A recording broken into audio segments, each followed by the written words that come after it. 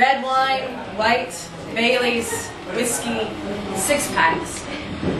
No one had beer at the end of a hot summer work week or snuck something in a coffee mid-afternoon. My grandpa was a mean drunk. Way before I met him.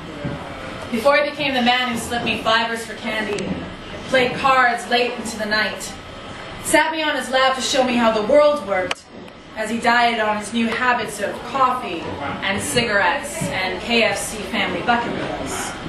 The ones we expected every time he came round to visit, while my mom hovered, making peace by fetching and cleaning and keeping quiet.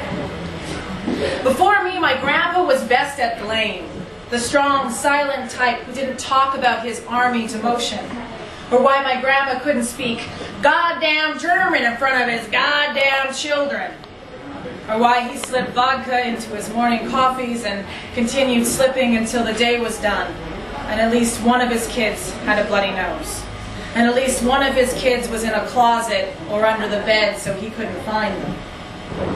So alcohol didn't exist in my family beyond that shadow, a past we're never supposed to talk about. Our breed don't talk about things.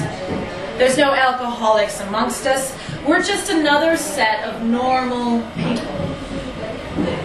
But when you're lying naked in a bed in a hotel room with strangers and your doctor says you're killing yourself and your friends marvel that you make it through the day after the night before, and your blackout turns to morning with a truck on the lawn and your keys in your hand, and every pub in a 5-mile radius knows you're poison and your new best mates are wearing grooves in bar stools, is that proof enough? My grandpa was a mean drunk.